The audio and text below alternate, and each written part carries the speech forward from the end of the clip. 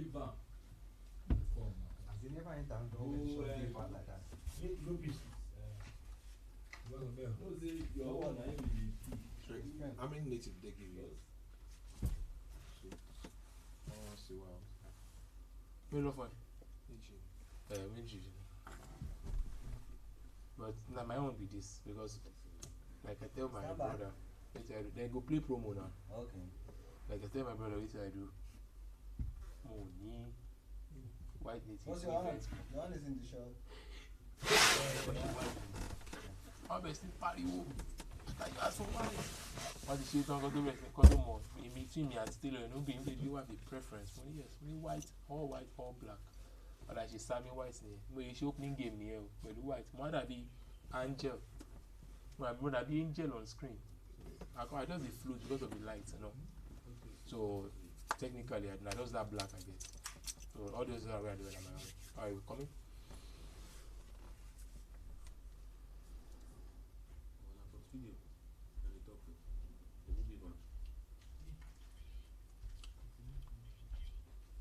You're welcome back to the studios. It's the NTA HOTSPORTS live studios for the AFCON. And we're back from Ismaili Stadium. And unfortunately, it's not a good journey. The first 45 minutes between Benin and Guinea Bissau. The gentlemen are still very much in the studios. Ainana by my left, Ainio Monday by my right. Inyo, let me start with you, Ini. If you've never watched the game of football before in your life, that right there is a very bad popuscuro. In fact, the name of the Benin team is actually Discurious. But that's a very bad popuscuro for you to first watch a game of football. Even as the highlight is on the screen at this time in your bongi, it was little or nothing, here or there. Yeah, lacked the inspiration that we thought they would have because of Benin drawing their first game and Guinea-Bissau losing their first game. We thought that both teams were showing off impetus and guts going forward, trying to win this football match, and that's what we want to see. We want to see teams trying to win a football match. Steve Munier, we talked about his aerial threats there, good opportunity, but didn't quite take advantage of it, and there was really nothing. And Steve Munier again with another chance, managed to stretch his legs a little bit, but in the end lacked the requisite power to beat the goalkeeper from an acute angle, it must be said.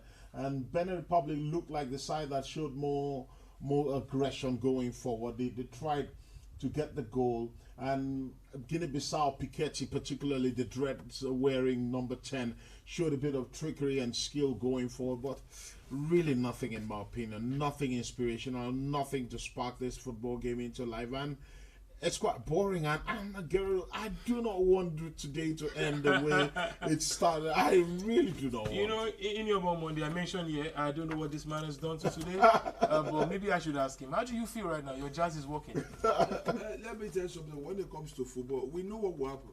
You The only know thing I already. don't know is when I will have money in life. That's the ask me another question I can predict. Yes, because this team now, I don't know. Maybe the Benin should have bought a female team. Okay.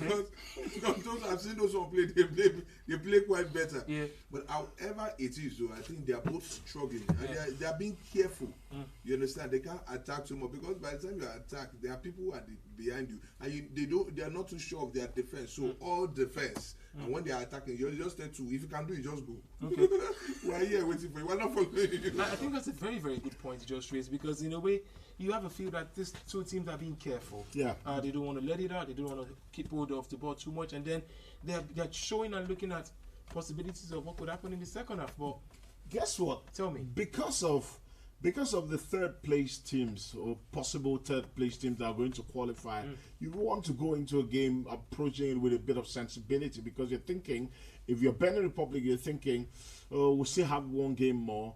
Okay. If we can't win this game, we shouldn't lose it. So we're going to throw caution to the wind. We're going to attack when we need to. We're going to try to win this football match, but we're going to also be very cautious, because with Piketty, with his pace going forward, he can hurt you if you give too much space, and if you throw everything, including the kitchen sink, all of a sudden you're leaving gaps behind, and you are leaving yourself very vulnerable to an attack. And it makes a very good point, because the teams have shown a bit of caution going, but again, it's said that discretion is a better part of valor, and that's what both teams are showing. But We the fans don't want that. We the neutrals want the explosion. We want goals, and we want to say we don't mind a 4-4, we don't mind a 8-8, but just go out there and put the ball in the net, and that's what we're expecting. And somehow in the second 45, someone has to take this game by the jugular. Someone has to find a way to win this football match, because the person who wins this football match puts himself in a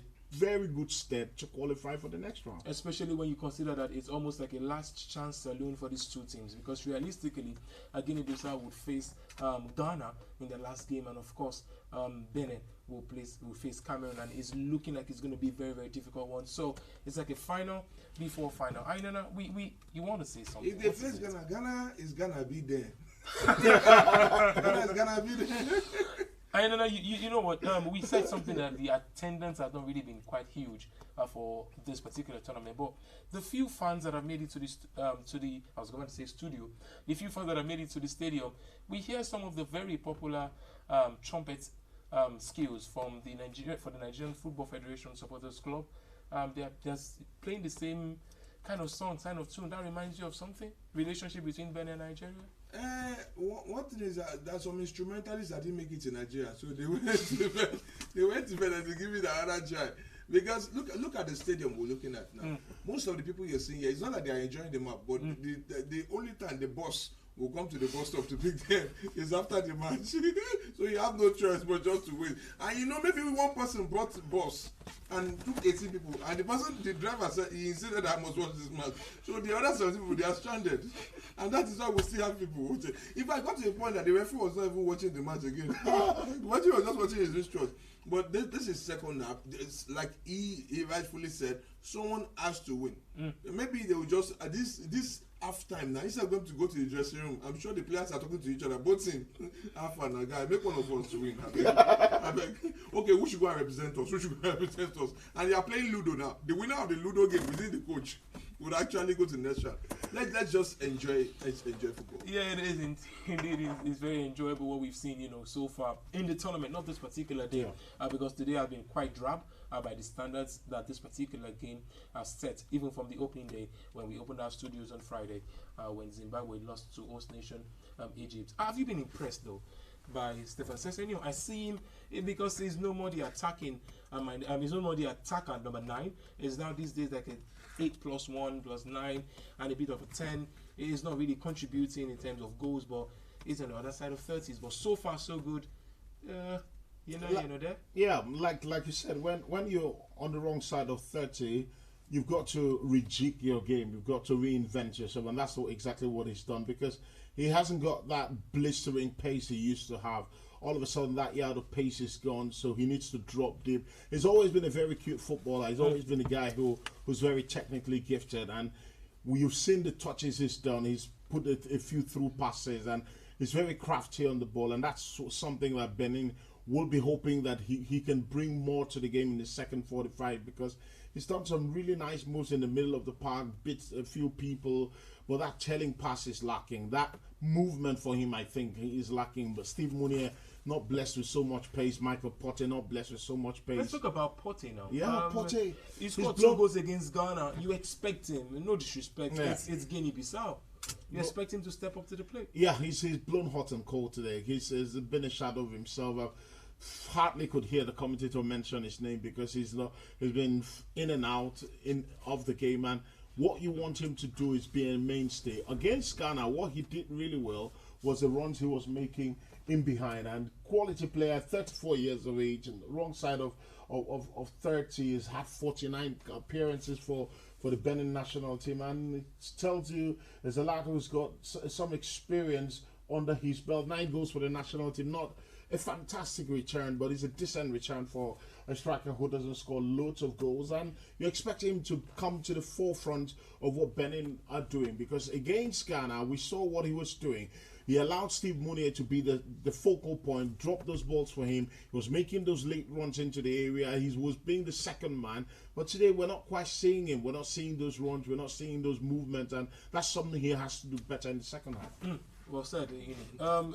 Aside the playing of Ludo that you think that these two coaches will be doing right now, what do you think the coach of Guinea Bissau? Why are you doing like that? This Laporte. Can't you see the analysis? This what? Is it Laporte or Transporte? His name is not Laporte. His name is Michael Porte. Oh, Michael Porte. Yes. And look at the analysis they gave him. Out of 49 matches, he scored 9 goals. That means an average of 1 goal in every 5 matches. And he already scored 2.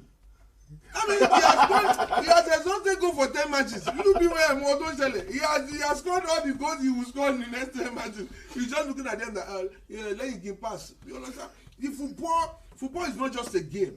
Football is a strategical element. You understand? And a great man said in 1928. I don't want to know what that great man said because we have to go on a break right now. Africa will be right back after this break with more talk about the second half and what's going to happen.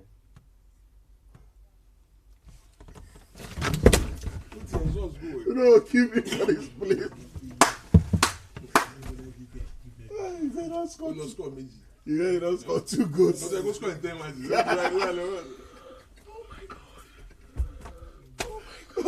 Oh, you guy. You don't kill me. You're a madman. You say players score 9 goals in 49 games. Instead of you 1 goal every 5 games. So you don't go 14. Mad, actually. Mad. So now, may you not even expect any goal again, have you? So waiting the stupid great man talk for 1929.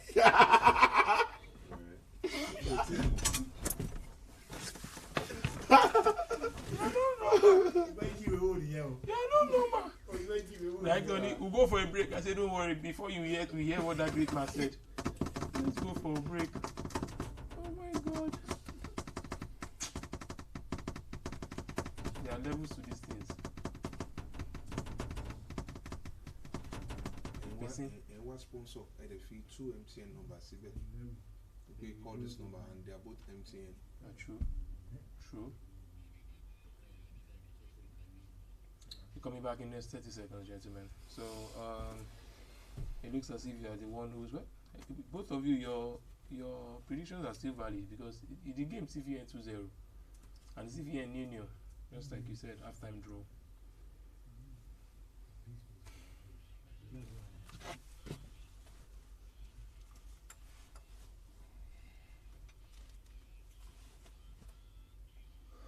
We're getting ready to go back to the studios. You're back in the studios, getting ready to go back to the stadium, the Smiley Stadium, right there in Egypt for the second half between Guinea-Bissau and Benin. Gentlemen, your prediction is still very much valid. You said 2 goals to 0. So to who now in the second half? I've changed it now. To what? You changed the prediction? I've changed prediction, yeah. I don't understand. You predicted already. Are you the gods that told me? Okay, sorry. Because even what are your gods saying? The gods are not sure now. I've changed. It's going to be 1-0. Yes, in favor of who, please? In favor of Benin, of course. Okay. Because getting 1 is not easy. Just like I played football today. Okay. And the chairman said, any team, anybody that wins, I'll give them money. Any of the team. But we played draw 89 minutes. When I scored, though, both teams carried me. I scored on goal. Both teams carried me. Well, I don't know if I thought Benin or Guinea-Bissau would like to have anybody score on goal right now because it would absolutely shatter their hearts. Unlike you, who do not have a professional career, these men here feed their families. Or do you feed your family through football? Yes, so not through football though. Okay. But I feed them. I cook. They buy the food stuff. I cook. All right. So on the football pitch, getting live feeds is some more players, right there for the Benin team, and they're looking forward to probably get a chance of getting on board again. It's the story of difference in quality and class. No game changer on both benches. No disrespect. You have a feel that it's all going to be on the players on the pitch to do the justice, even as we get ready for the second half. Absolutely, you're spot on, Babajide. It's about the quality on the pitch, and in the first half, we didn't quite find that cutting edge from both sides. We didn't quite find that spark that we thought we would have, and we're hoping that someone will come to the party. Someone will come and really turn this game on its head. All right, so that's the thoughts right there from Inyobo Monday. We all want to see goals, hopefully from any or either of these sides. This is the second half for Benin and Guinea-Bissau. Stick with us.